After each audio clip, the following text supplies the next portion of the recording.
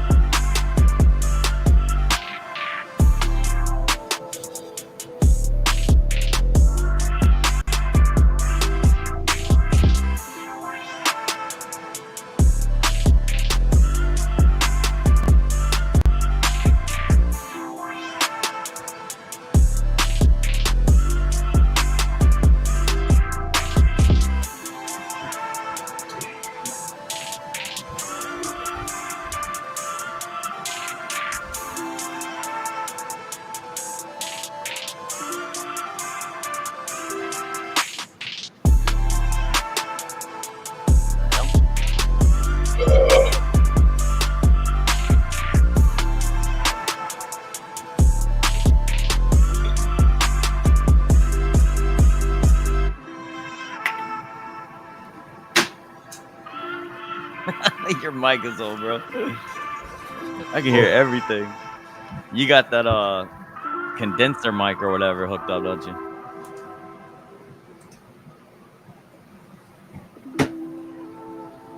Hell yeah.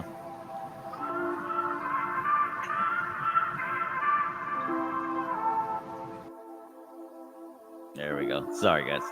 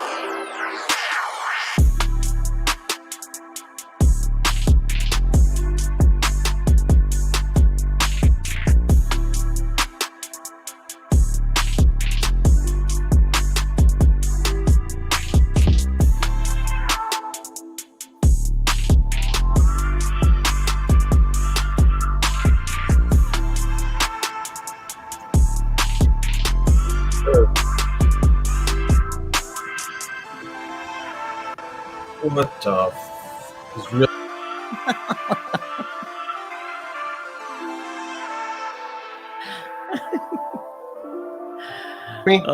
Bro, I can hear everything you said. Let's go. I'm telling you, dude. Let's get it. Rewind.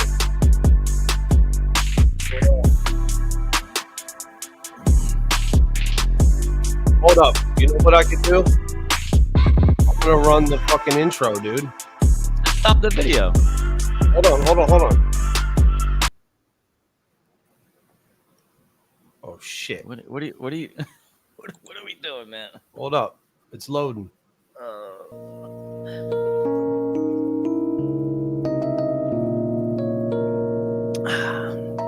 We'd go old school.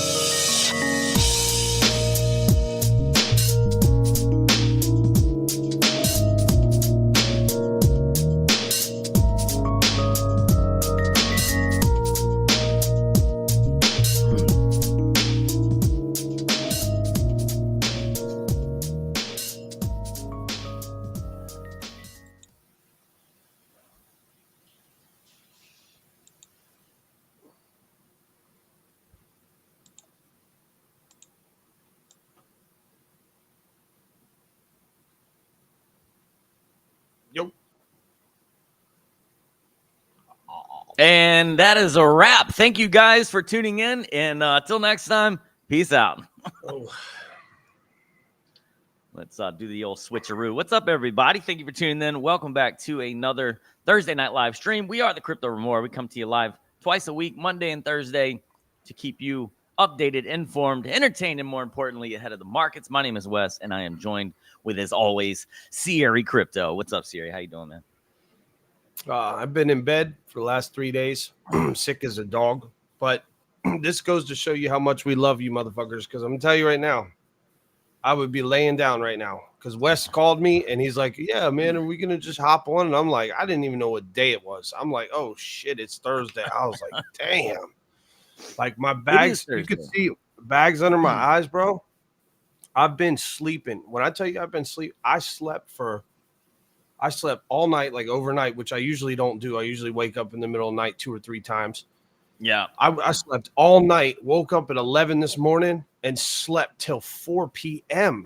after sleeping all night, bro. And I'm like, what? I woke up at 4. I'm like, Jesus, man, why am I so freaking tired? I got a headache and a head. You been taking medicine?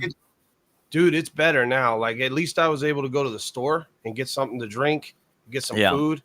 But I'm gonna tell you what, dude. 2 days ago, like the last 3 days, I didn't leave the room, bro. Like I was nauseous. If I sat up, I get dizzy. I lay right back down. So I feel a little better, but my head is still in the back. It's still just like it's a constant fucking headache, and it's aggravating as shit. But I'm here. We're gonna do the show. I'm excited because this gives me an excuse to get my ass up and get excited. And I have been kind of antsy for this show because so much has happened that I wanted to talk about. I'm sure you have a lot you want to talk about, the hyper liquid stuff. What the hell's going on with that? Of course, as soon as I FOMO into it, now we have market maker problems, but we're going to talk about that. Wes has some posts and some tweets he wants to look at. We're gonna try to have a laid back show too, because I know everyone's bummed out with the price action. But I think that we are in a good spot. I think the negative sentiment right now and the negative attitudes, there's no time for it, you guys. This is your fucking last opportunity before this bull run. And if you blow it because you're moping around like the rest of these jackholes on Twitter going, ETH sucks and I'm selling my ETH and blah, blah, blah. You'd be lucky you're getting ETH at 1,800 right now, because when ETH is at $9,000, you're going to be shitting your pants. You're going to be mad. Yeah. You're going to be very upset at yourself that you missed that easy 8 to 10x.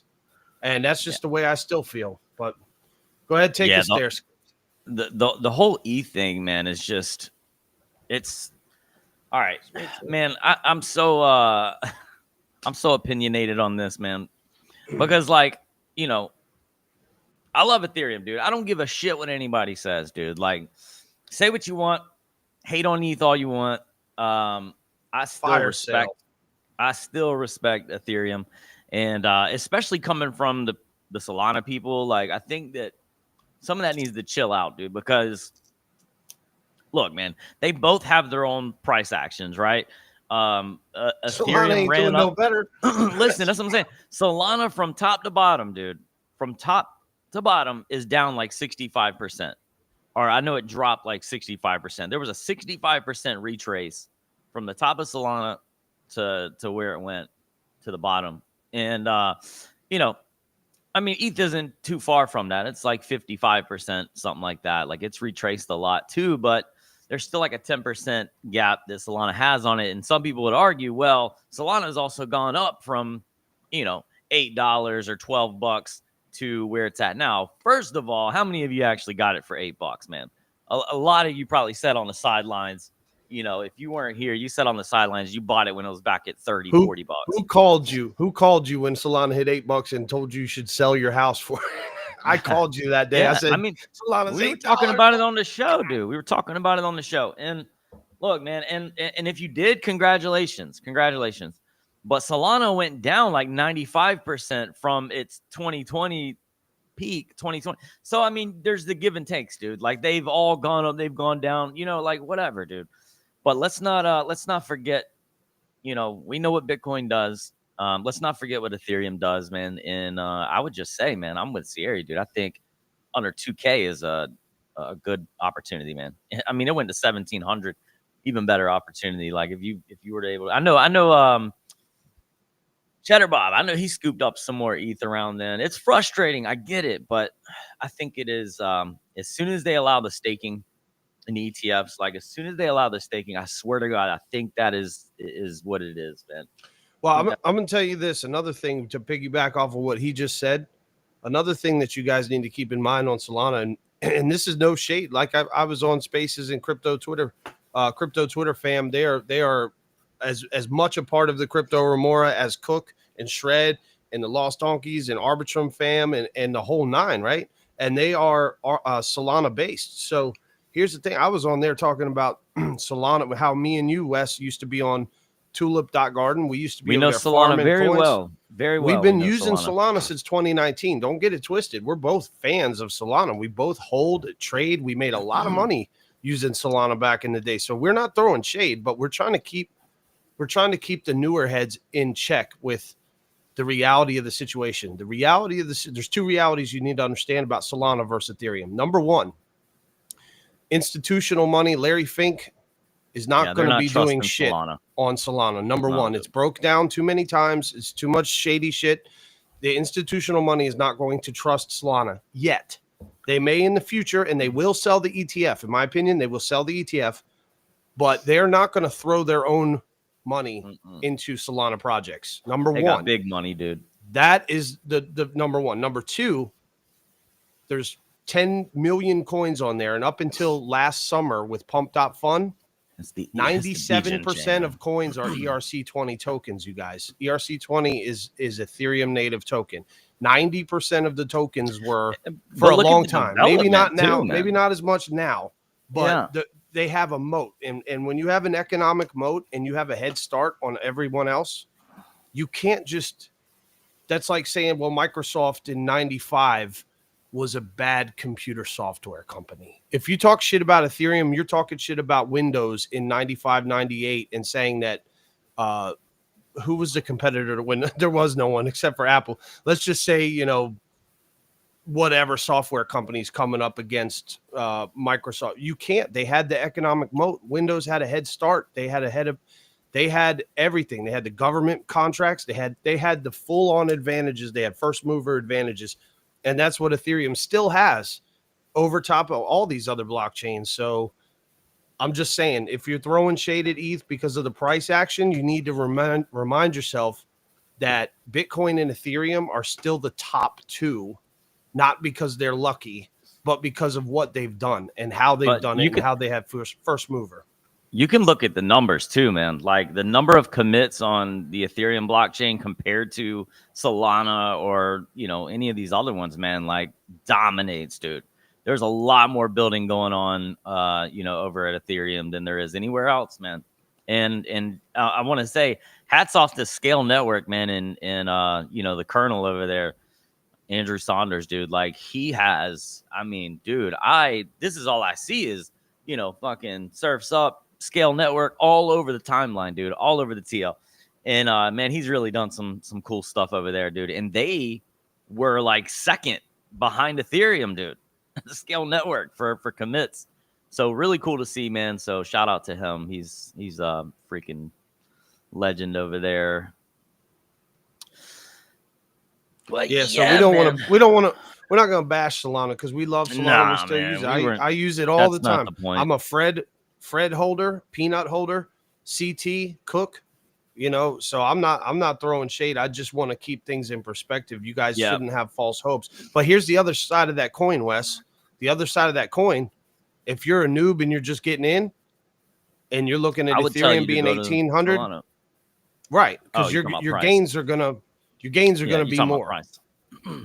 Price action, you're gonna make more money buying Solana because it's a lower cap coin. But if you don't understand market cap, and then you just say, well, Solana's better because it's cheaper. It's better for making money faster. But if you want to get exposed to the big boy stuff. Yeah. If you're trading and you're being a freaking degen, that's the chain to be at. But if you're actually trying to take serious, DeFi and you're taking the shit serious, man, I think that the EVM is the way to go for sure. 100%. And then I would point you in the direction of Arbitrum or something. Yeah. Which brings me to my next point, Wes. Good segue into the next topic, which is very important. It's on my mind. What the f- is going on with that asshole in the back of the classroom that just ruined recess for everybody over on Hyperliquid, dude? I see what is, I don't understand what you don't know what happened? Do you mean? No. Oh, they fucking punished the whole class. Now we don't have 100x recess no more. Now you get 40x leverage because some jackhole. Oh, yeah, yes, dude. I know exactly what you're talking about. Yeah. What the did Dirty Johnny in the back of the? I saw. Being said, Hyperliquid was $12 right now. Holy shit, dude, that's a pickup right there. Listen, I saw a thread on that. Let me see if I. We got to talk about that first. Yeah, I need to see if I can find it because I know we need to talk about that. That pissed me off. I was like, I hate when they punish the whole community over one dick. I know, man. I know. He was smart doing it. I mean, he made some damn money, dude, and he didn't really affect the price of ETH is what the whole idea was there. Man, I bet I did. But you know what? How in the hell are you? How are you able to freaking withdraw? Like, oh, I'm going to enter a trade 90x, but you know what? I'm going to go ahead and pull my money out real quick. You mean to tell me this is the first time somebody found that loophole? Like nobody tried that before for the last 6 months? Not on Hyperliquid, as far as I know. No, dude. Well, what the? That is like that. Come on, dude. That is such a come on, dude. What kind of mistake is that? That is a stupid freaking mistake. Like, I like hype. I bought hype. I'm still a believer, but I'm gonna call you out. That is stupid. If you drop the ball and you missed that, like, okay, people can open a bet. They can open a bet, but they can still withdraw money. It didn't affect anybody's holdings. Unless that's not what happened. I don't know. Yeah, it didn't affect anybody's holdings. They just took a big hit, man. But they're the vault still didn't. Yeah, the vault. So pretty much they took a hit, dude. It was their vault that took a hit. I mean, that's on them. But they're way the fuck up on all their positions, dude. So, I mean, their vault took a hit. That's on them. They got hurt. It didn't affect anybody else. Like, it didn't affect me or you or any of the users. Their vault. No, it did. It did affect us. The price. It did affect us because they not the price. Oh, they well, changed from the rule. So now you can't do 100 permanently by. No, 40x. That's it. Crazy, bro. Just use a little more money. So that's some bullshit.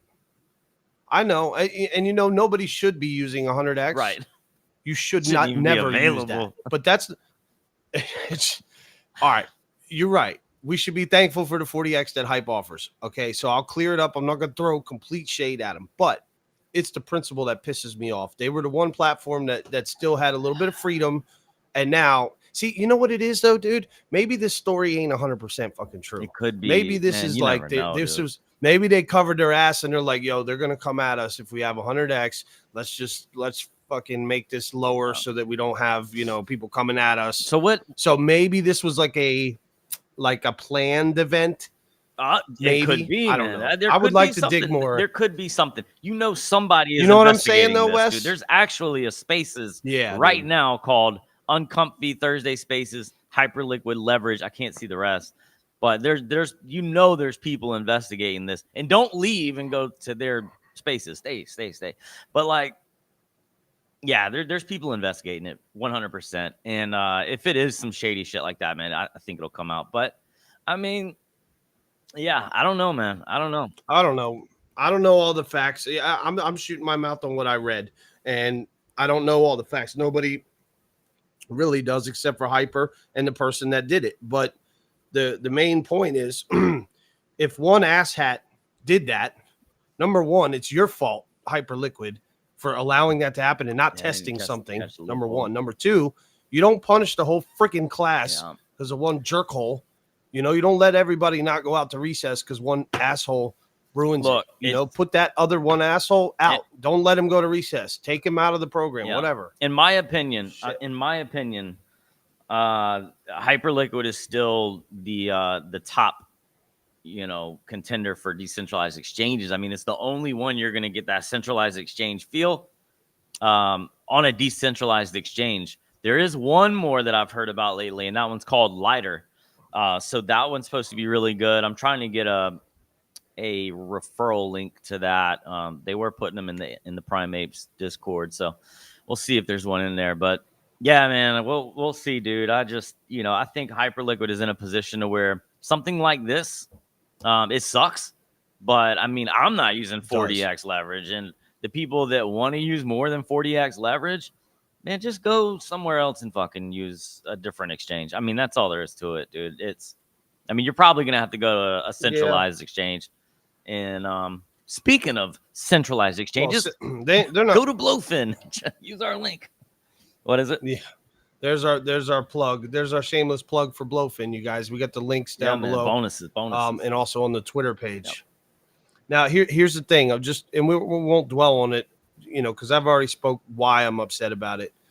I have used 65x leverage over there before and did you win? Gotten wrecked. Okay. So I'm not hell no. I mean, a little bit, but overall, you know what I'm saying? Like I won some, lost some, and then at the end of the day, I was like negative $32 or something. So it's not like I really lost a ton.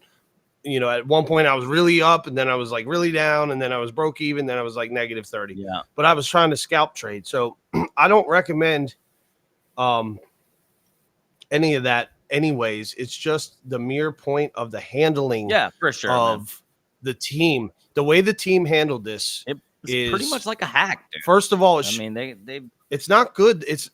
It might have been a hack, but here's the thing. If you have that kind of a bug, I don't know how advanced it was. It was a move. It was like it had something to do with, I think, man. I wish I saved that freaking thread, man. It had something to do with MEV shit. I don't know. I can't really speak on it. I don't know. But it was the way he from moved what his I read, money. He just deposited. Yeah, he just withdrew his money in the middle of a trade.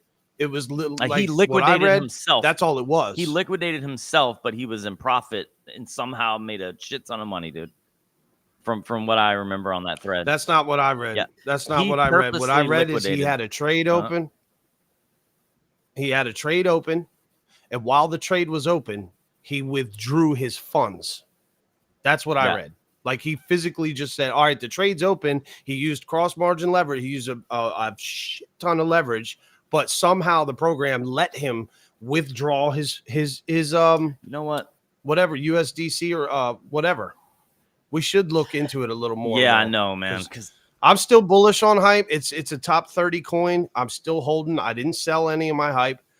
And I'm not mad at the NFT projects. I'm not mad at the program itself. I'm just mad at the way it was handled, and I think they need to clarify more. If you want to earn your trust of your community, they need to come out and clarify, look, this is really what happened, and explain it like a 5-year-old. Don't try to give us all this MEV bullshit that people don't understand, because they always default back to that. Oh, and minor extractable value, because it sounds intelligent. You need to be straight up with people and tell them what really happened in a fifth grader terms, and come out and be straight up with your people. And I think they shouldn't have dropped the X to 40X. I think that was a little harsh, a little rash, but whatever. I'm not gonna piss and moan too much about it. It just upsets me because I feel like we lose freedoms all the time because of one or two dumb actors like Sam Bankman-Fried and now, whoever this jackhole was. But all whatever. right, let's see, man. Let's see here. Let's see what Grok can do. Look at Moonwell, dude. Our boy freaking Holmes is killing it. Moonwell is the top gainer at 38%. We need to start following freaking Holmes, bro. Forget Holmes following us. We need to start following him. Did you see that? The number one gainer on crypto right now, the top gainer is up 38.7% on CoinGecko is Moonwell. You ready for this? Yeah, Moonwell. Unreal. Yeah, I remember him talking about that. Shout out to Holmes, dude. Shout out to Holmes for that. All right, you ready? All right, so this is what happened. A trader on Hyperliquid borrowed $306 million in Ethereum using a risky 50x leverage strategy with just 4.3 million of his own funds. He bet that ETH's price would rise, made $8 million in profit, and withdrew some of his original funds. When ETH's price dropped, his position got liquidated, sold off fast. The market couldn't handle the huge sell, so Hyperliquid's backup fund, the HLP Vault, lost $4 million covering it. The trader still kept 1.8 million in profit. The Hyperliquid is now adjusting its rules to prevent this. That's what happened. So he purposely. So then Hyperliquid didn't have enough liquidity. I don't know, man. Not for that amount. That's what it sounds like to me. Not for that amount at that time. Yeah, like they have to. So that's Hyperliquid's fault. They didn't that's have their enough fault then. Well, they have the Hyperliquid backup fund. That's the HLP vault.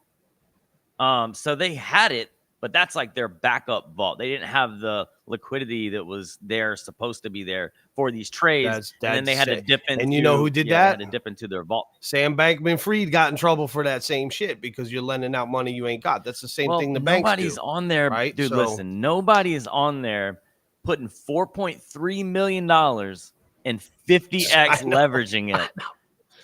I know. What are you doing? Nobody's doing You're already that. Freaking rich. Like let me put $4 million on a trade quick, dude. In my opinion, I agree with you. That's kind of a that might have been Hyperliquid's competition trying to freaking take them out. Bro. Yeah, in my opinion, this sounds like somebody knew what they were doing. Attack. Maybe it was an inside attack. But yeah, because how did they know that they didn't have that liquidity that does sound like an attack. Available and ready, and they were going to have to dip into their HLP vaults, which if you look at the vaults, dude, if you look at the vault, there's plenty of liquidity in there. You look at the backup vault, they've got plenty of money in there. Yeah. And that's why it's there for just in case something like this happens. I guess this was the first time that it ever happened in this amount, and it shook the exchange a little bit, man. It shook them a little bit. Now that you say that, see, that's why I wanted to look into it a little more first. But now that you say that, my suspicious mind goes immediately to competition, meaning, not accusing them, but just to, for example, say BNB, not saying they are a bad actor, but let's say BNB is like, oh, fuck this. These guys are coming for our top 5 spot, dog. Yeah. Like, let me go ahead and drop 4 million. It's got to be somebody with big money that to put, who puts 4.3 million on a 50x trade. 50x leverage. You know what I'm saying? It wasn't even 100x. So why are they, 50x. you know what I mean? Come on. But like, that kind of gets the wheel turning there, man. You're right. But I guarantee this. That's what I'm saying. Guarantee this. These guys, these degens, the guys on X, they will dig into it and the truth will come out. What actually happened if it was an insider thing or competition. There's a lot of people that were pissed off that they weren't included in that airdrop, man. And the fact that they didn't, have VCs, like it was just non-traditional in a sense of like VC money and investors and shit like that, dude. So there's a lot of people that would love to attack them and bring them down for sure. Shout out to GMB as well. Shout out to our newest team member, GMB. He's been doing all our tweets. Oh yeah, there he is. Been killing it over there on Twitter for us and helping put out some good positive tweets and stuff and helping take a lot of the workload off of us. So we thank you for that very, very much, GMB. Yeah. And also make sure you check out his Substack and give him a follow on Twitter at Ulysses, or is it at Toshiba Hero? At Toshiba Hero, right? Toshiba Hero, yeah. So he's in the chat right now, GMB. If you want to post your link, to any of your socials. Go ahead, post your Substack, post your Twitter. That would be cool. Wes, before we jump into anything, I know we're going to look at the posts. Yeah, but I don't know. Can I look Go at ahead, Total man. Global real quick? Please do. I really don't Real have quick. that much, dude. I was trying to rush to get it, but yeah, dude, go. Let's jump into some prices here. I just want to glance at it because I made some calls that have been pretty okay, fair calls the last couple of days. I said that we would have a inverse head and shoulders and we would go up to 82,000, and then a couple hours later we did. The price action has been pretty spot on, and I also said that we would get rejection at 2.8 trillion. And as you can see, you guys, over the last couple of days, we have been struggling at 2.8, and I'll pull up the weekly. So as you can see right here, so you got March 11th till March 12th, the last 24 hours or so. I guess it's only been a day or two, but still, the call I made was when we were down here, and I said, look, guys, we're going to struggle.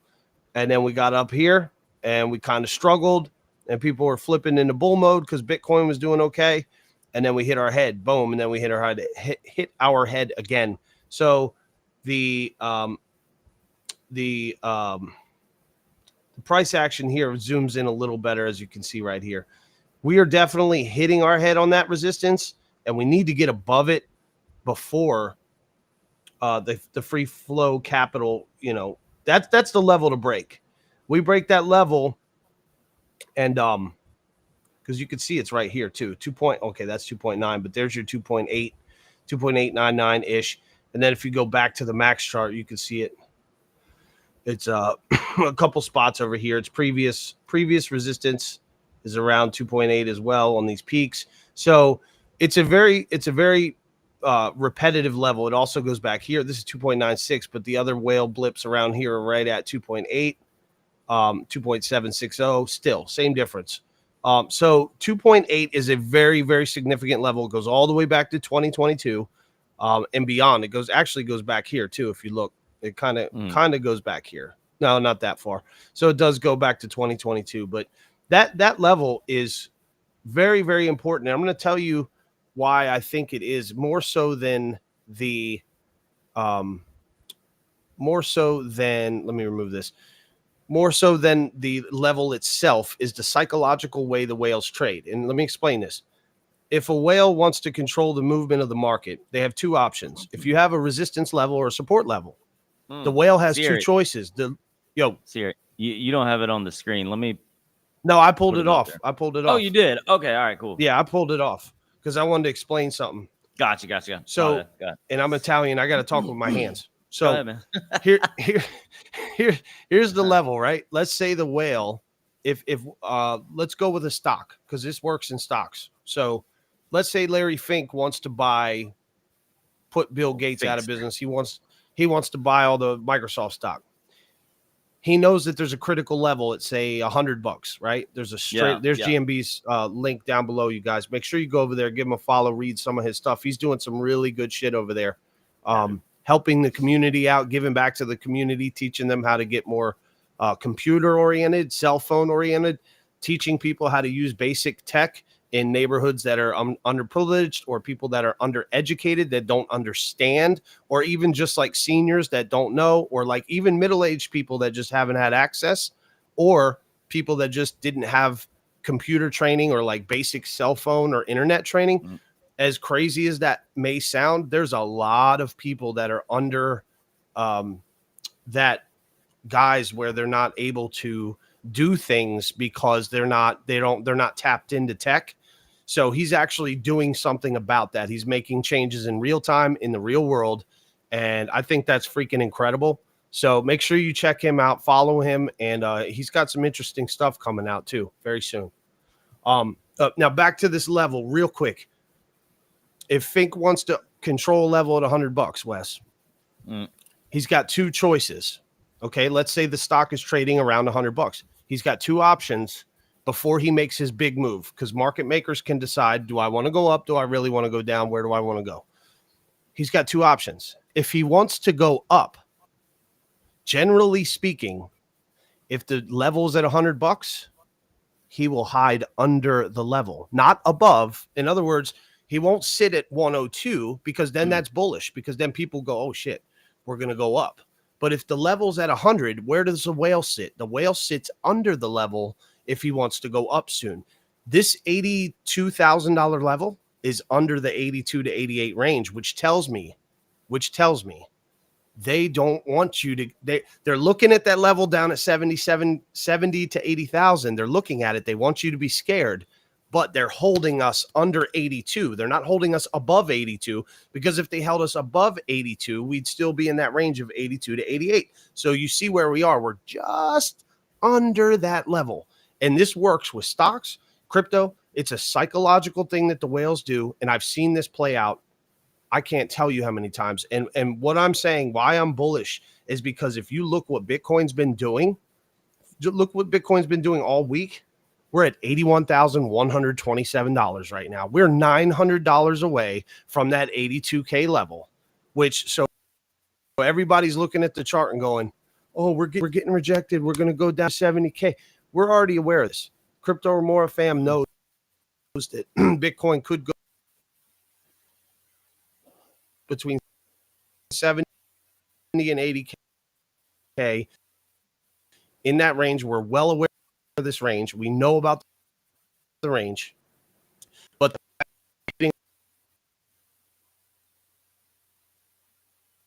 or make the move up. It's true, or it's true, and that was very important. I thought it's, in my opinion, that particular 2.8 trillion market cap. So yeah, I think I'm getting rugged over here, guys. I don't know what's on. Yeah, I was trying to figure out if it was me or you. Can you still got me, Wes? Yeah, I can still hear got you. Me. I might be getting rugged. Video's lagging some. Yeah, I still got you, man. You're good now, bro.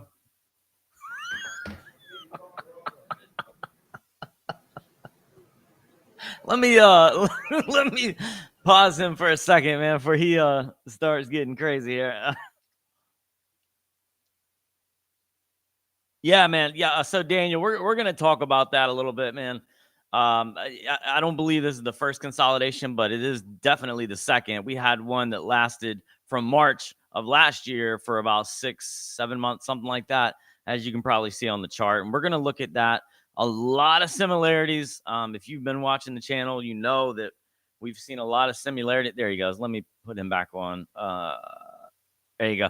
I could hear you walking away, fucking getting rugged up over here. I just yeah, he's that was funny, bro. I had to cut you off real quick. Oh shit. Yeah, you're good now. Yeah, it's still laggy a little bit. That was funny. Yeah, it is. I can tell. But yeah, you're good. So Daniel in the chat, he said this is the first consolidation in the bull run. I think you will see the push to the top. Yeah, this is. Let me close some tabs one. Too. But we'll look at the chart here in a second. There we go. That should be better. Okay. Yeah, you seem like you smoothed out.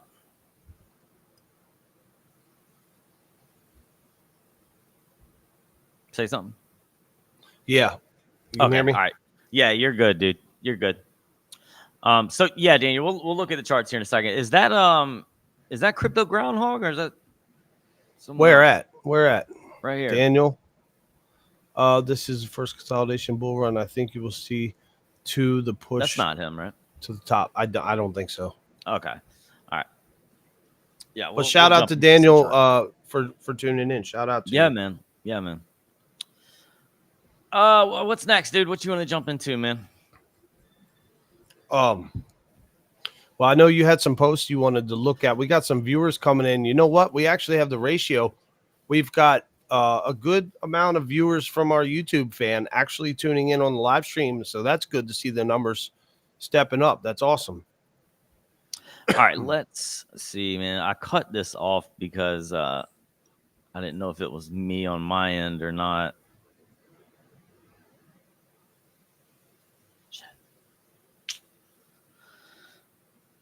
Let's see. I might be able to just look at it on this side.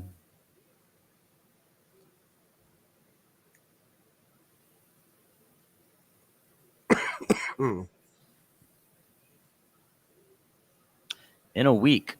Oh, shit, look at that. All right, I'm going to go ahead and share. Let's get into it. Have you had any more thoughts about StreamYard, dude? Not really. I mean, you know, I do like it. I like the other stuff, but you know, I'm not gonna lose sleep over it. I mean, the main thing is, as long as it's working the way we're doing it, I'm good. Sweet. All right. Oh, I'm zoomed all the way in. There we go. We'll do this. Boom. All right. Sorry, guys. Just trying to navigate here.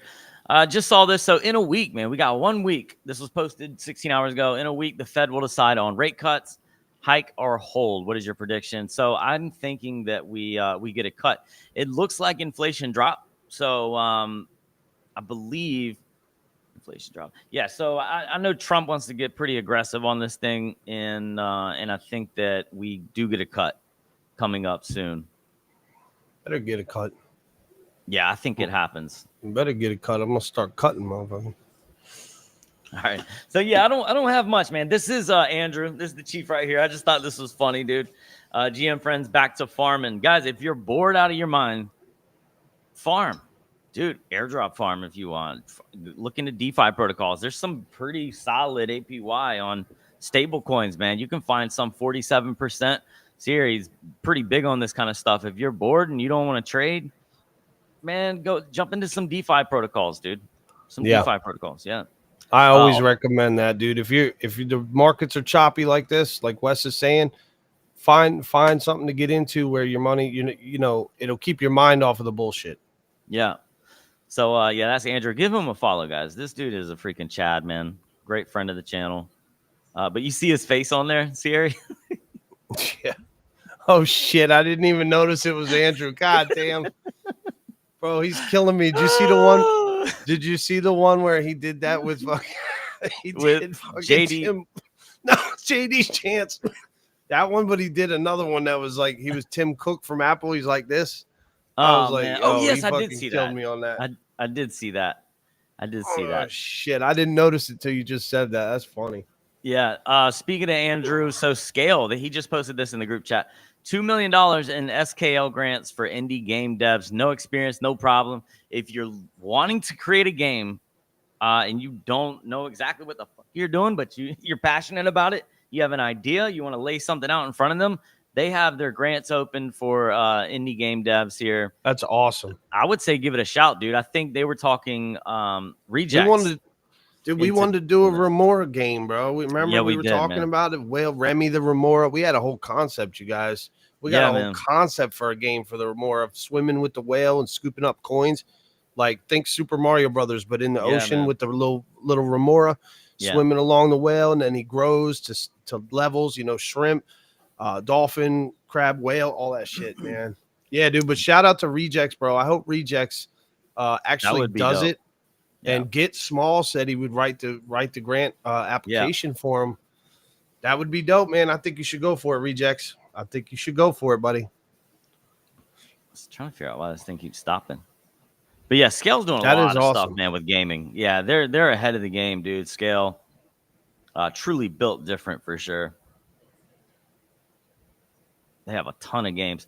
All right, let's jump into some other stuff here. So the time to front run is probably now. Whale inflows have surged to multi-year highs, a pattern that has historically preceded major price moves.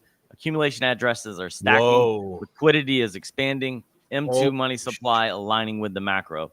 The last time we saw this happen, prices didn't stay low for long. And you can see the spike over here. Look at that. That's capital inflow, or is that volume? That's capital inflow, dude. Like, whoa, dude. And whales are just stacking, dude. They're stacking, man. There was another post I saw. I wish I would have bookmarked it, but holy shit. Wow. That's pretty incredible, dude. I mean, that's why I keep saying, these levels are lying to us. The price is lying right now. ETH at 1,800 is lying. Bitcoin at 82 is a liar. I love these prices because they're cheap, but I'm just saying it's definitely lying to people. All right, so here we go. So just in Cointelegraph. The SEC has acknowledged filings to permit staking for both Fidelity and Franklin, dude. Spot ETH ETF. I think this is where it starts getting interesting for ETH. Boom. Yeah, I think that's a pretty big deal, man. Boom. Pretty big deal there. I don't really have anything else. You've been saying this though, Wes. You've been saying once this ETH staking goes live that it's the green light for ETH. But the mere fact that you should be paying attention to this, you guys, you're in an asset that Wall Street is getting permission for right now from the government. Yeah. If you're holding ETH, congratulations. You are earlier than the world's most intelligent, most lucrative investors in the world. So I just can't keep reminding people enough, dude. Price is a liar. Price is a lagging indicator, and on both of these coin, Bitcoin, on all of them right now, really. That's bullish as hell. Yeah, this one is. I don't know if GMB posted these or bookmarked these for us. But I don't remember bookmarking these. So thank you, GMB, if that was you. Hell yeah. Yeah. So this is, I don't know if you saw that Cointelegraph. Apparently the comptroller of currency just declared that national banks are now allowed to custody crypto assets. Oh yeah, that doesn't mean anything, you guys. Just don't pay attention to that little piece of nose. Right. Michael Saylor, with increasing regulatory clarity, Bitcoin is shedding its Wild West image. A more secure and recognizable asset class is emerging. Remember how all these talks of sovereign funds and sovereign wealth funds or whatever coming in that they're not even here yet. And I'm not going to be the guy to just hammer down on you're so early, because in my opinion, it's starting to, you know what I mean? It's starting to get, once the institutions actually jump into this stuff, man, you're late. So as a retail investor, there's still that time to at least grab the life raft, and kind of trail behind the boat. You still have an opportunity here, man. Let's talk about something interesting about that, Wes, because back in my day when I wanted to go to Wall Street, first of all, I had a dream to go there and work on Wall Street, but I didn't have any money. I didn't have any support to be able to go. I worked around millionaires when I was 18 years old at Primerica. I was trained by financial investors that had their Series 7 license, Series 6 license, went to Wall Street, worked on Wall Street, Solomon Smith Barney, all the places I wanted to work. And I learned a lot from these guys. And the thing I learned most is they told me, you don't want to go to Wall Street. They're going to eat you alive. Monroe Weeks was my trainer, and he told me that. But here's the thing. Back then, you had to have a financial planner or investor. You had to have $10,000 or more to invest. There was no freaking Robinhood. So if you wanted to invest in stocks and shit, it was an Egyptian mystery. It was like, how do you get into this? And Wall Street kept it that way up until about 2019 when Robinhood came out. Once Robinhood came out and Tasty Trade and all these other apps came out, it finally broke the barrier down for us as lower class citizens or lower poor to middle class people being able to finally invest. And the walls got broken down. What you're seeing now is the karma coming back around because Wall Street kept everyone out of crypto for so long because of their own little shenanigans and their own bullshit games with the rules and the laws and the regulations and the blah. Because of all that, now it's karma because as a retail guy with a cell phone, this is all you need right here. Get a cell phone. You got a cell phone? Go to Walmart. This is a Walmart cell phone. $99. GMB can show you how to do it. No excuse to not invest. at this day and age. There is not an excuse in the freaking world. If I would have had this shit when I was 18 years old, y'all, me and Wes would be sitting on a yacht filming this live streaming because but the barriers have been completely destroyed. And you're very, very blessed. You're very lucky to be growing up in this age to where you're even allowed to get in the game. Now you have to look at the other side. These cats aren't even in yet because of their own regulations in their game. So if you're buying ETH and you're holding ETH and you're using ETH, dude, bro, you're already ahead of the freaking whale. Like, you got it going on. You just got to, don't psych yourself out because of price action. Like, just fucking hold what you got and DCA more if you have to. But I disagree with the statement of anything whatsoever about being late. I still think we're so early. Like, obviously we didn't buy ETH. I bought ETH at $75. I should be rich right now. I'm not, right?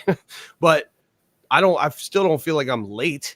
You know what I'm saying? Yeah. We're still early, Wes. Like, people watching, if this is your first time and you haven't even bought any crypto yet, I still think you're tremendously early in the 10-year range. In the 5 to 10 year range, you're astronomically early because I think Bitcoin goes to $1 million in our, definitely way before our lifetime. I think Bitcoin could hit $1 million within 8 to 10 years. That's the same thing Kathy Wood and all those big investors are saying. Yeah. I think it's very easy. Bitcoin goes to $1 million before 2030, at least touches its head up there. So I don't think you're late. Now, as far as this cycle goes, for this particular cycle, Wes, I do agree with that. I think for this particular cycle, if you've been sitting here sidelined and you're not in yet, you're pushing it. You're definitely you're playing games, and I wouldn't play much games much longer if you want to catch this cycle. For sure, I agree. I mean, we both agree that we think there's going to be significant upside, excuse me. But like, man, so far the major gains were made, a year and a half ago when we were calling the bottom 17K. So like that 17K moment up to $109,000 moment, that's gone. Like you're late as far as that goes. But you might be lucky enough to maybe catch, $75K, $73,000 Bitcoin. We're gonna look at the charts. I'm starting to shift a little bit, man. It's starting to, I think starting to shift a little bit, dude. Yeah. I think the euphoria stage is all that's left in this bull run. I literally, that's gonna be quick. It's gonna be, it'll last between 3 and 6 months. 6 months if you're lucky, but it'll probably be around 0 to 6 months of the euphoria stage where everyone's gonna say, "This is it. We're all rich. We're all Valhalla." Like that's when I'm calling easy $275,000 Bitcoin, no problem. And I think the longer we're paying our dues here under 100,000 like we are, is only solidifying my call more. It's not making me change my call. It's actually saying, yep, we're going to 275 and we're going there on this cycle, y'all. I really do believe it. I still have not changed that. Yeah. So my concern here, and if you don't mind, dude, I'm going to go ahead and pull up some charts. Out, brother. Okay. Let me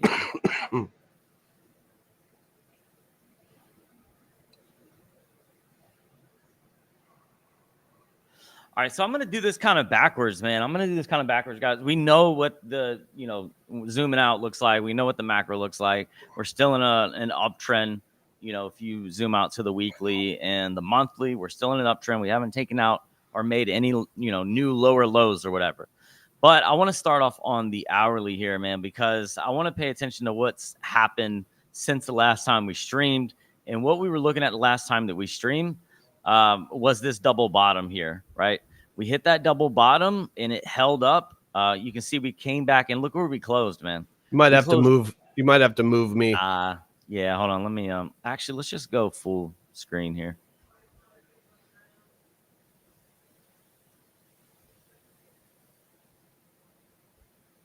They won't get to see our beautiful face for a minute. All right. So yeah, the last time that we were streaming, this is the hourly, guys. Remember that? The last time we were streaming, we were here, right? We hit our double bottom and we knew that this was a potential reversal. All we had to do is get past this continuation level. And then our next target was up here where that red line is. which is 83.6. We'll say 84 because it wicks up to 84, which is also right there at that 50-day moving average. But we're in the right direction, right? Where did we go wrong, and what can we expect next? And look, this was all nice. It was all fun and games and stuff. But if you zoom out on the 4 hour, I'll jump back to the 1 hour. But just to get a better understanding of what we need to do next, and that is to take out, close above, and take out this area here. We've come up, we've retested it. I did post a trade on X about this double top here potentially, or taking along there if we break above it. Unfortunately, we've taken the downside to this, and now we're making lower lows. This is the 4 hour. The target that we need to get past is 84,000. Now, 84,000 is becoming a pain in the ass, and it was support back here, right? 84,000 was support a few times back there. So now it's acting as resistance. That's never good, especially when you're expecting an uptrend here. So I just wanted to point that out. And then jumping back to the 1 hour, you can see we started doing, printing some nice market structure here. Higher highs, higher lows, got into our fifth wave. And now all I'm seeing is a correction wave, right? We do A, B, C, down. And now our focus is what? Looking up and to the left and getting past this previous. Now this is going to be support, boom, on the 1 hour. And then we're just going to use this for our resistance level, which, as you can see on the 1 hour, was support.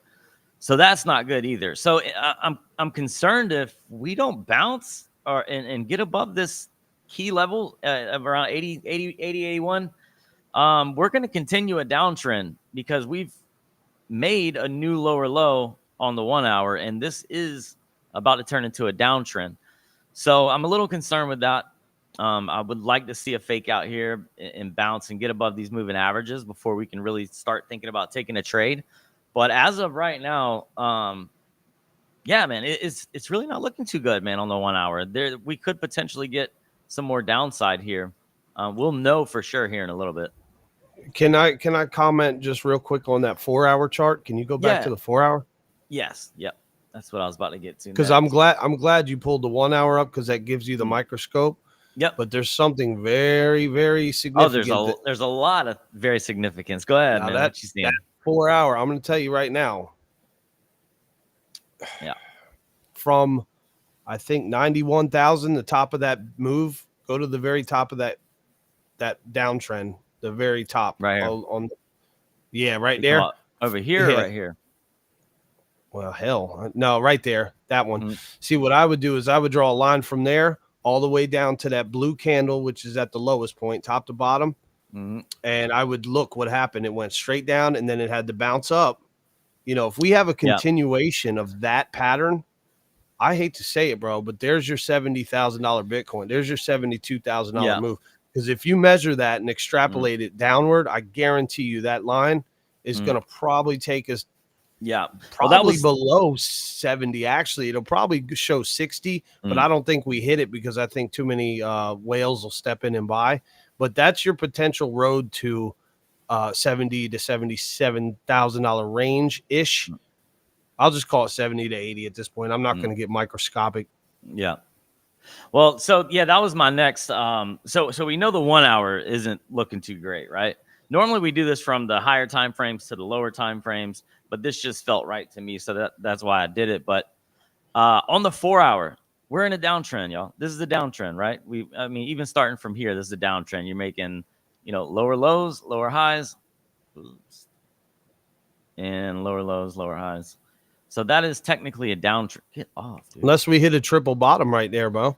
And that's hit a triple bottom. Yeah, see the bottom of those. Yeah, and then that's when we move to the daily time frame, and we can kind of start putting this together of what's actually going on. But I think if we take it from the swing high to swing low, if this is a downtrend, we just came back, retested the 0.5, and it looks like we're trying to continue down. So in my opinion, man, yes, we could have some more downside, and I'm almost thinking that that's what we do, Sierra, is come back and do a triple bottom before we continue up. Because I thought I was getting an inverse right here, the same that I got back there.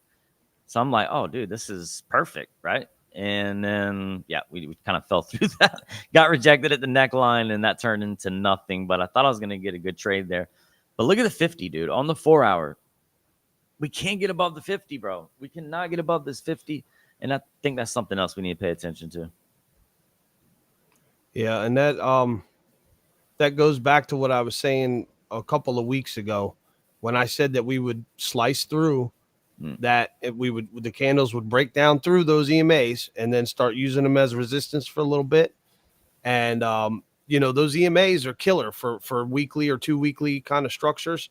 They're actually killer because they show you first of all, they force you to zoom out to a monthly view or a 3 to 6 week view.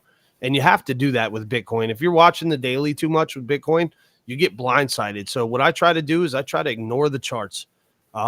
Being a little more seasoned in crypto, I think that actually does better to your advantage to less chart time. Sometimes is better than overdoing chart time, because if you overdo it and you're just on the screen all day, you get tunnel vision, then you start getting zoned in, and then your brain just has a meltdown. So I think what's interesting is that we're breaking below the EMAs. We're using them as resistance. We are at a critical level, though. I think if we do go down to that 70, 79, looks like it's at 78.5. If we do go down there, can you zoom out a little? There you go. If can you draw a line from that other two blue and white candle over to the new, from right the bottom, the very bottom. You talking about right here? Yeah, from that over. Let's see how lined up that is. It's a little slanted. That's a little crooked, but look, you can take the wick is like almost spot on. The wick is close. So if you take that and you look at that and you say, okay, there's two things that are going to happen. Number one, we could form a nice triple bottom and get that bounce at the triple bottom and then go back up to 91K. Would that be enough to get us through 91? Maybe if as long as Michael Saylor doesn't come out and tell us he's buying more Bitcoin, because every time he says he's buying more, we go down. So if he shuts the hell up for 5 minutes, we know you're buying, Michael. You don't have to tell us. We love you to death, but stop announcing it. Right. And Trump too. Shut the hell up about it, please. So if we get a triple bottom at 78.5, wherever that is down there, Wes, that's the level to watch, and that's something that could happen over the next 24 to 48 hours. So I think this is actually a time where you want to watch the 4 hour or the 1 hour chart. This is a crucial time. This is when I would actually watch the lower time zones. So very good point there. But I do think the chances right now, man, I tell you what, I'm not trading this. I'm going to wait to see if we get down to that level. I want to see what happens at that level. If we go down to that level, you'd almost be better off opening two trades, right? Open a long and open a short, just in case. Like, screw it once we get to that level, because it looks like we're headed to that level. Like, it looks like she wants to go there. You can see, just kind of moving to the daily here, you can see it a little clearer here that we are, in a downtrend. We've made new lows, and all we're doing is just making higher highs, higher lows. So I mean, I don't know. It's almost forming like a descending wedge kind of deal. Yeah, here, I see the falling wedge. I like the falling wedge shape. So, that's good. What's scary about the falling wedge? Well, you probably wouldn't say it's scary, but I mean, this is a steep wedge, and it could bring us all the way. It could bring us all the way back here. Look at that. To 74. There's that 74,596 level I called freaking 3 weeks ago. 74,596. Yep. Why am I that precise on the dot? I don't know, but that level screamed out to me, and you know how I am with my levels. You know how I am with my levels. I don't know when we go there, but damn it, if we don't go there, 9 times out of 10, we go to my levels. I'll say this, all right, because I'm gonna be hard headed here. Wouldn't have it any other way. Even with this that I see, and all the bearishness on the 1 hour. Yeah. Okay, I'll tell you this. the longer we consolidate below 84,000, the more I believe we're going to retest that previous high from March at $73,000. The longer we stay here, the more I feel like we're going to go down and retest that. It would be nice to see this kind of form, right? Because this is where we start building structure. It would be nice to see a double bottom and a breakout, hit 84, and then start retesting some of these levels to the upside. That would be nice to see. But I mean, I'm just trying to give it to you straight, man. We're in a downtrend. The 1 hour doesn't look great. The 4 hour, they're all lining up with each other to look to go to the downside. Now, the fact that everybody is expecting it to go to the downside, that's another story. You know what I mean? That's the psychological side we have to look at. So I'm looking for a bounce, 80. If we can hold 80, that would be cool. That would be technically on the 4 hour or on the daily. Technically, that would be a higher low if we can hold here at 80 and then move past 84. We'll see, though. Here's the other thing. With the falling wedge pattern, they generally, the safest way is a breakout of 70%. I don't consider where we are right now 70% through the pattern. I consider where we're at like 63, 64%. I think we still have more to go in that pattern before we break this falling wedge. So here's the deal. If we have more to go, I think we pump up to 83.7, whatever, hit our head on the top line of the yellow, come back down to about 78.5-ish within the next 48 hours. And then the market makers will decide if they want to go down to that range that we've been getting prepared for, which is between 70 and 80,000. If we do go in that range, expect it to last no more than a week or two, because we went through this during COVID, and if Ethereum was down around 75 to $100, it fluctuated daily, and Bitcoin fluctuated between $3,500 and $4,000. Expect that not to last very long. It'll be scary as hell. Everyone is going to say that it's over. The bull market's done. Crypto sucks. Everyone's going to be fighting. It's going to be a bloodbath. But if you're smart enough to buy in that zone, you're going to catch the exact bottom of the last euphoria stage of this bull run. And just be aware of that and have a plan either way. Because let's say we bounce right there, right? Let's say we don't follow this pattern. Let's say we go down sideways and we break out of this falling wedge, and we have the breakout like Wes has on the screen there, and we go up to 90K.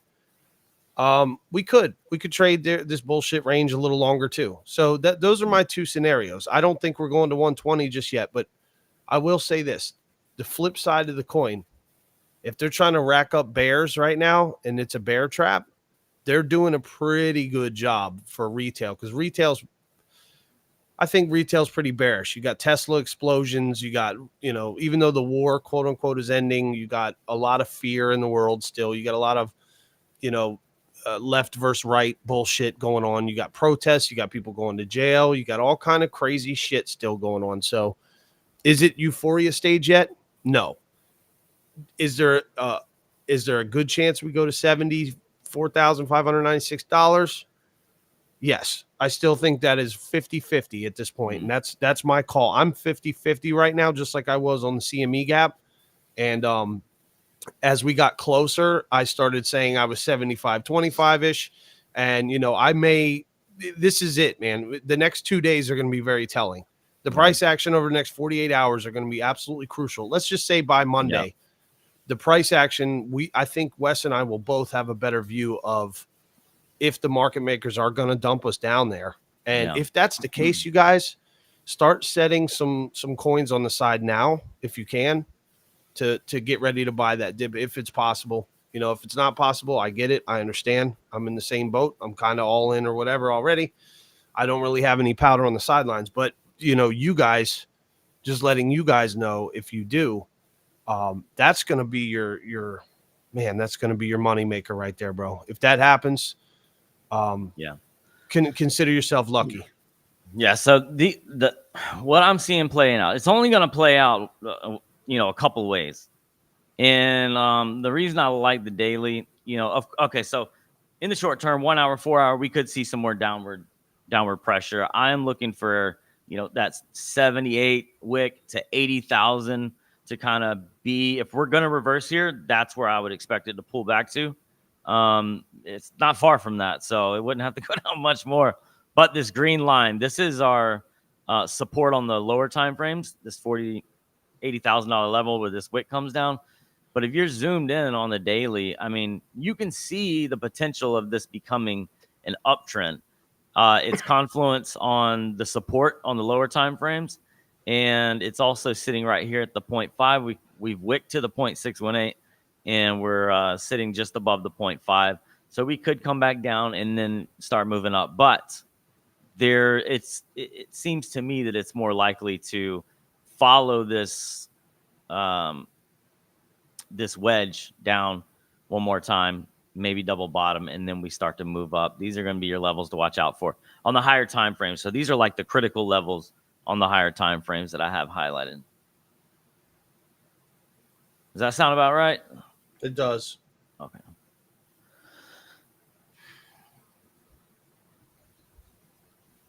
So I'm going to move this down here. Boom. So this is where we're at right now. Does anybody want to look at anything else? Let's see what Lux Algo is saying. Lux Algo hasn't changed. Let's see.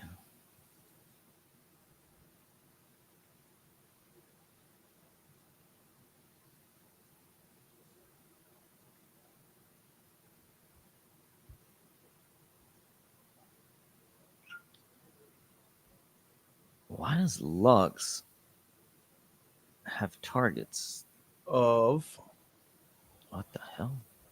Whoa. Okay, there we go. That's pretty freaking interesting. Yeah, look at that. So Lux Algo has its first target, and I've already said it. Lux Algo has its first target. This has all been confirmed. Holy shnikes. There was a momentum shift here. We got our green dot here. Money flow is starting to curve out. You can see we came into the overflow here. Usually when that happens, that's usually a change in market direction, and we're leaving the threshold. So those are good things. And we've got green on the momentum wave here in our reversal dot there. So that's a good thing. Bad thing is everything is still confirmed on the sell side, and we have targets. First one's going to be 72.5, and that second one's going to be 66. I don't think we go to 66, dude. I think that 72.5 max. I'm just going to go ahead and say that. I think 72.5 max, dude. If we do lose 78,000 and close below 78,000, I'm going to go ahead and say 72 max, dude. I just don't see it. I saw somebody calling for 50K today, dude. Like, all right, man. Well, everybody pump the brakes here. Here's the thing. You see that 66K down there, and this is what I said about those levels. Those levels, yes. Technically, if you're going from a TA standpoint, could we see $66,000? Yeah, you could go all the way to 60,000, and I would still be fucking bullish on Bitcoin. Okay, first of all, let's get that out on the fucking table.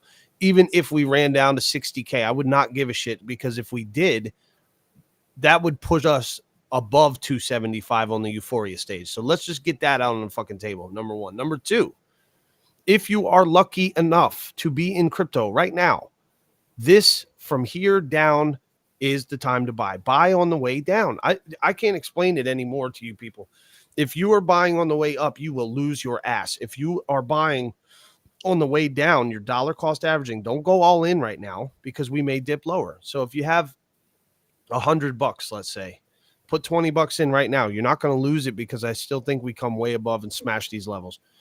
If we drop down to, say, 72,000, put another $20 in. If we drop below 72 and we go down to 68, 69, then you take, $50 and you go in, and then you have $20 on the side in case we go to 66K. We go to 66K, you put your last 20 in.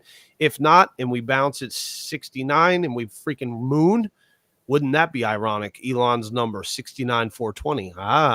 Something to watch out for there too as well. What if we go to that number and that's the go signal? Something to keep in the back of your mind, because Elon likes to play those games.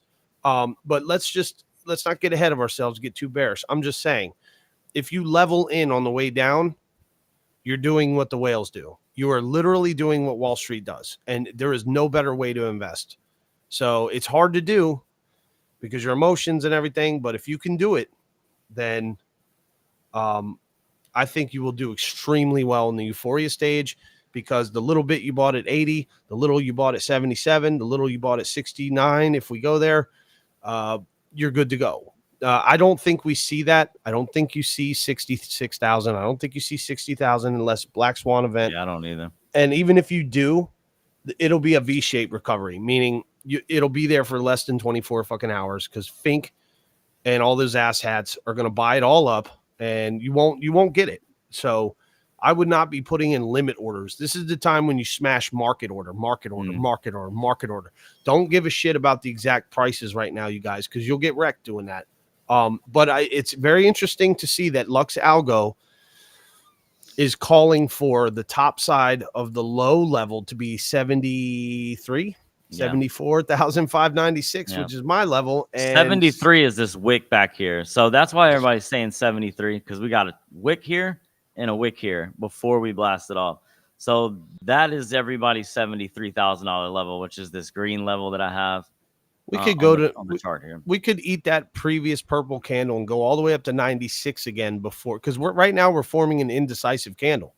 That's a perfect indecision candle that we're at right now, which is what the market makers want. We're right at that whale level that we talked about. If you go to the left of the chart and look at the green candle, that's a whale blip. The whale blip is indecisive right now. So what does that tell you?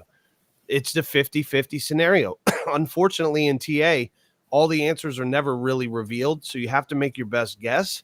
But my best guess right now is 50% of the chances you get a mini rally over the next couple days, and you're not going to get rich from it. It's not going to change your fucking life.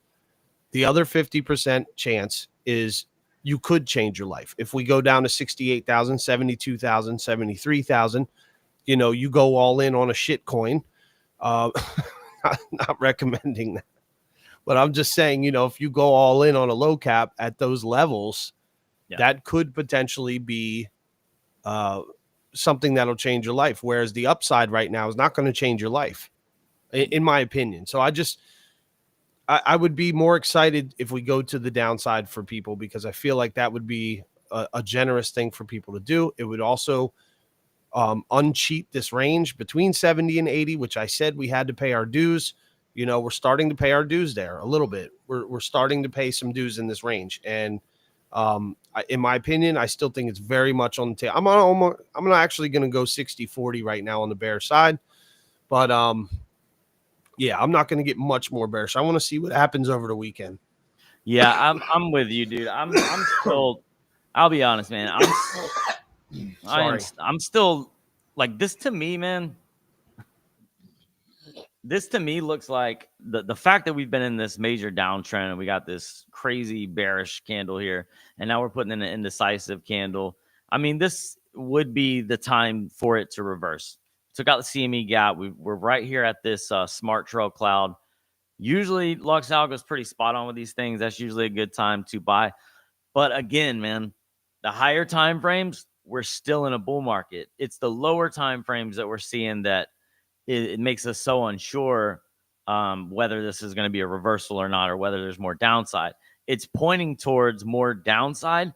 And I think the downside to that, the key takeaway to this, the downside to that is $74,000, in my opinion, at least, off of Lux and everything else that we've talked about. Yeah, I mean, I don't know, man. I really can't say much more than that. I mean, we're down 30% from the top to bottom. We're still sitting at, what is it? I'm pretty sure this is still 0.5 on the fib from wick to wick. Yeah, we're still above the 0.5. We did wick down there a little bit. But if it's going to reverse, man, it's going to be soon, in my opinion. Whether that's for like the longer term, whether it's going to, continue up, I don't know. But I think we get some kind of relief rally back up to the 90s real soon. Maybe we go down a little bit more first, but I do think it's close. I've heard that before,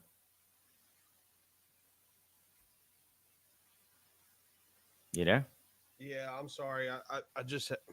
What the hell is going on? I'm sorry. I had the mic turned down because I had a coughing spell. Keep going though, because I'm having a little bit of a spell, dude. Just keep going for a minute. Can you see my my I screen? see the I see the charts. You do? Yeah, I see the mouse on your screen. Okay, because it's not showing up over here.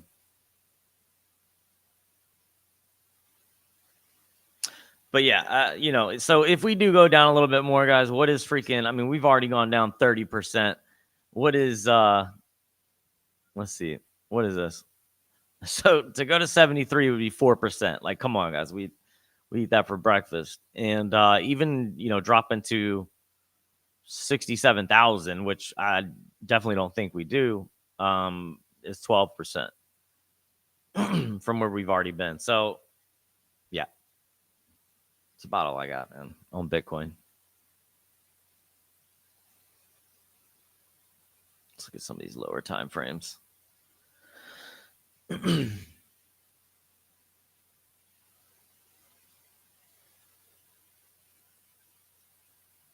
Yeah. All right. So, yeah, Lux Algo is definitely echoing what I said earlier. So on the lower time frames, we did just get a sell signal confirmation with the smart trail. Targets. The first one is 80,000. The second one is 78. So there again, on the 1 hour, like I said, we could come down, hit that 80K, 78 to 80K. And that would be our triple bottom before we continue up. And Lux Algo is kind of confirming that here. But we did get our reversal dot here on the 1 hour, like we talked about. And momentum is starting to shift. And we're coming out of the threshold on the smart money flow. I'm just gonna say something, man. I'm just gonna say it, dude. I'm gonna say it. I love you too, man. I'm just gonna say it. I love you too. You're not supposed to toot your own horn, man. So I'm not gonna toot my own horn with the calls. I'm not gonna toot your horn, dude. Toot your horn. What'd you call? No, I ain't gonna do it. I'm just saying. When we were at 96 and up around the high 90s and even in the mid 90s, Sierra Crypto was telling you about 70 to 77K. I said, I know I'm the crazy batshit crazy. It doesn't make sense, blah, blah, blah. But dude, Wes, credit where it's due, bro. When we were on the way up and we were up, I said that this range would happen. Everybody, nobody believed me. Nobody liked my tweets. I mean, Jeb was calling for 73,000 6 weeks ago. Jeb was, but I'm saying none of the people watching our shit, none of the streamers were really. You remember? It was like, yeah, I don't know.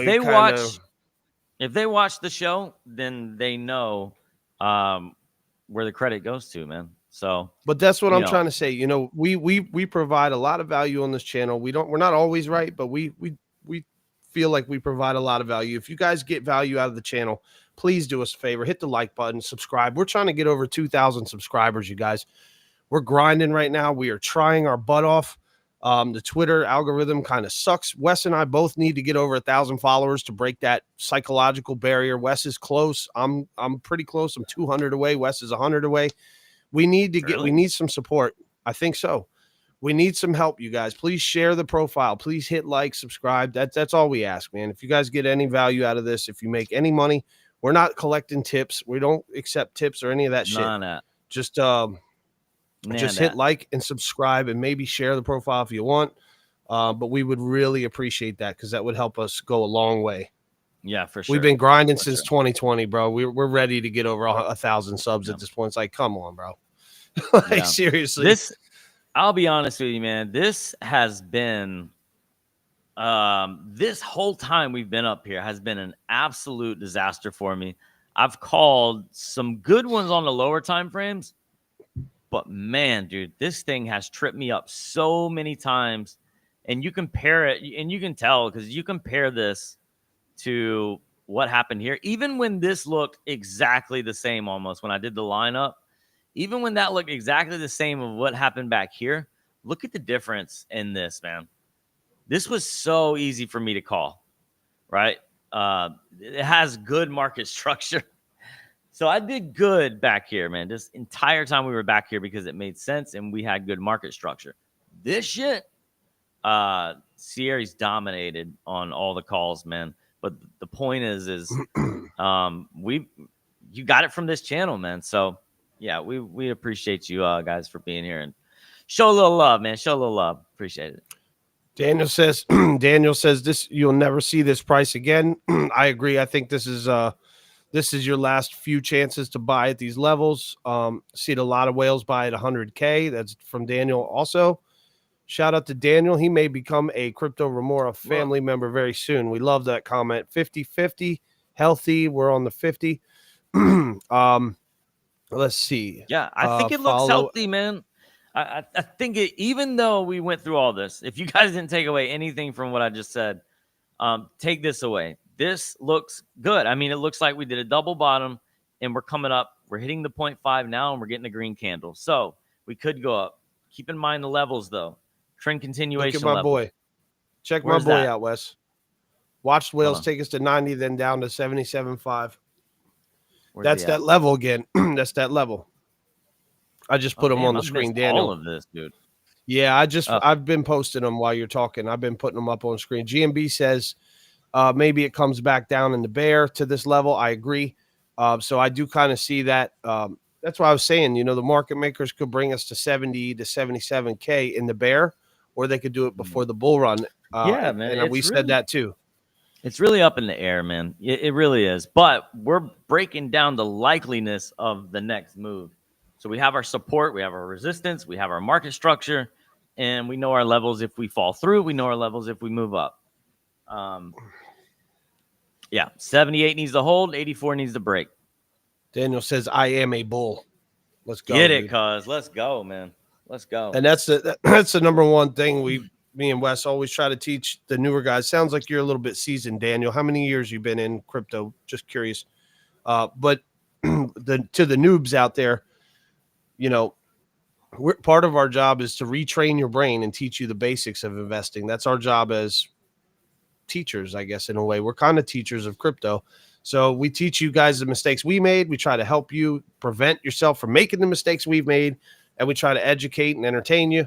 But I would also suggest that if you can retrain your brain to look at the price action right now and go, you should rub your hands and go, I hope that price falls.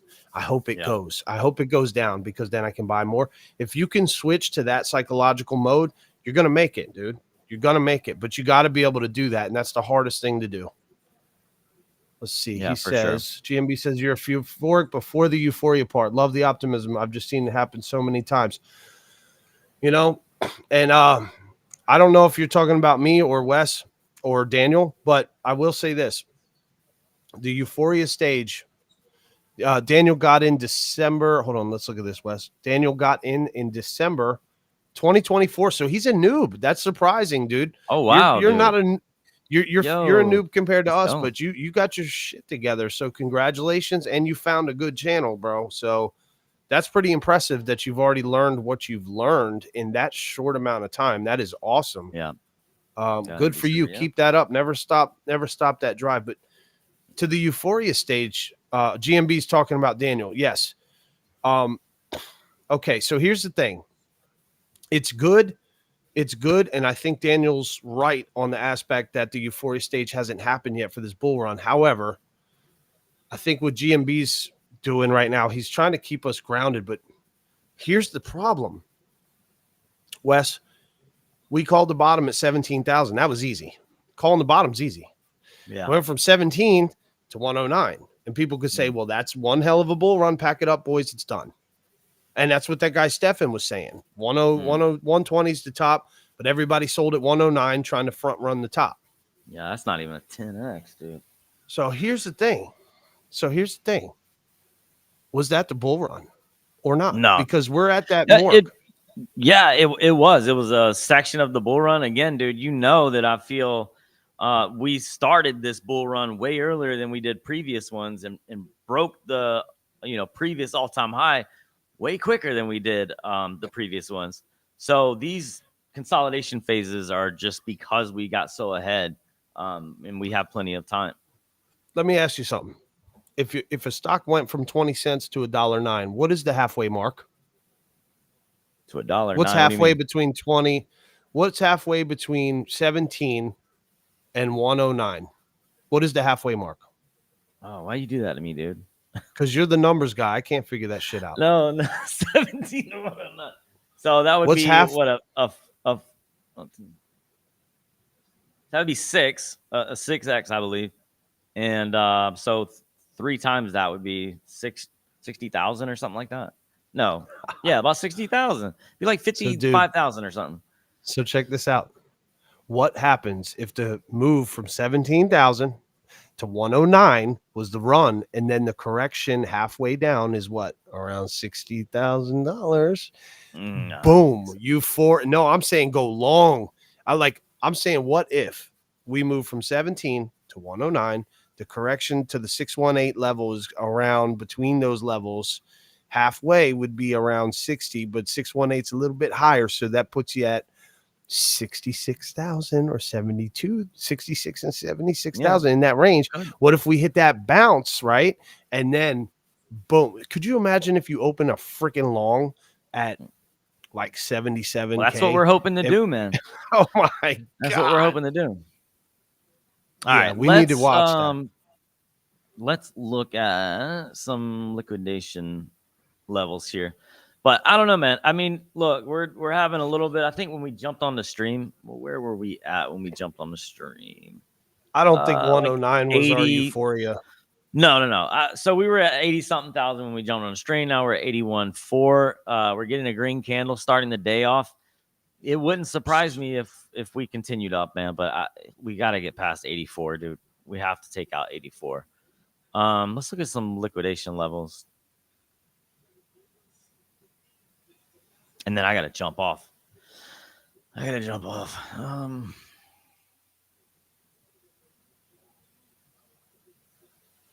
right, liquidation levels. Still got a little bit below us. Yes, a little bit below us here. The bulk. What is this? Let's do 24.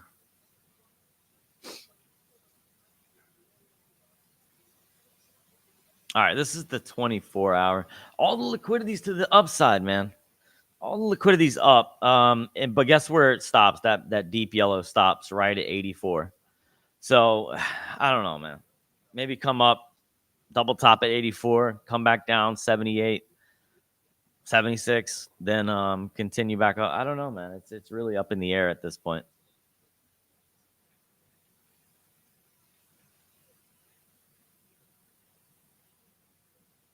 Look at that, dude. That's the weekly.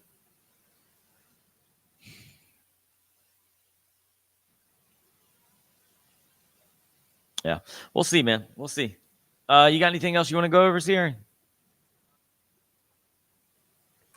Yeah, just one more thing. I'll share the screen on that. That's very interesting that the liquidations are above us, though. That's pretty interesting because that could give precedence to the short-term bounce.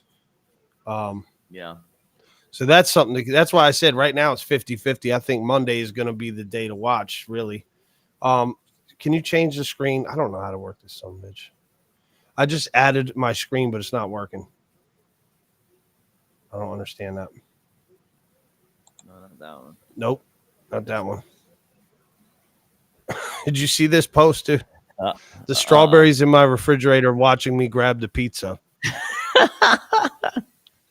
That's funny. So I got that one. I did have another one. This is GMB. Says if the ETH price is at or below the year you were born, you should probably scoop some up. Just saying. There we go. Very good post there. This is the one I wanted to show you guys. Very small inverse head and shoulders. I called this on May 10th. And I said very small inverse head and shoulders, target of 82K. And the very next post, we hit right at 82K, played out. So these are the kind of calls that me and Wes try to say. But more importantly, I think is this one. This is the Crypto Remora fan buying down and waiting for all the other Crypto Remora buy as the price is falling. This is what we do. We're all supporting each other and say, come on, keep buying on the way down. Come on, we're going to make it. Come on. This is I just wanted to share that on a positive note. This is all of us buying on the way down. And that's funny, man. We're going to be even happier than we are. even happier than we are right now. Like, where are you at, man? That's it, man. So yeah, I just wanted to share that with you guys, and yeah, that's it. Awesome. I can roll the outro if you want to give the guys the links and tell them.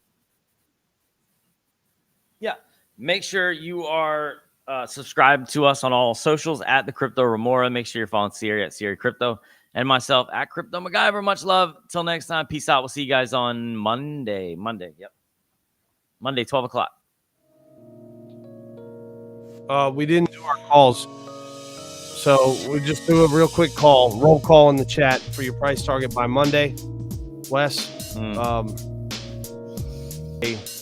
Because we got to do it real quick. I'm gonna say we go back down on Monday by 80. I'm gonna say we're around 80,000 on Monday. I was gonna say around 84. I like that. I like both those calls. It's that 50-50 shit, man. We'll see you guys Monday. We'll give you updates on the channel, though. Make sure you watch out for that. Later, guys. Thank you, Daniel. Thank you, Daniel, for tuning in. Appreciate you, brother.